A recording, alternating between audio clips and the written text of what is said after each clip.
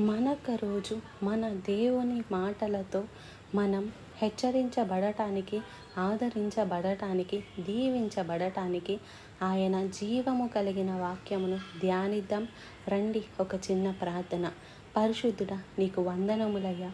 మరొకసారి మా జీవిత గమ్యం మేము ఎరిగినట్లుగా, మా జీవిత పరమార్థాన్ని మేము గుర్తించినట్లుగా, మా జీవిత బాధ్యతను మేము గ్రహించున్నట్లుగా మాతో మాట్లాడమని క్రీస్తు నామములో అడుగుచున్నాను తండ్రి.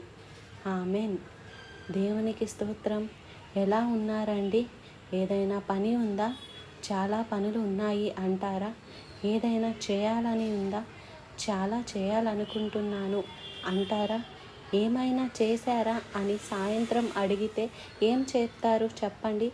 వాళ్ళు అనుకున్నవన్నీ సాధించాను అని చెప్పగలరా? ప్రారంభించినవన్నీ ముగించాను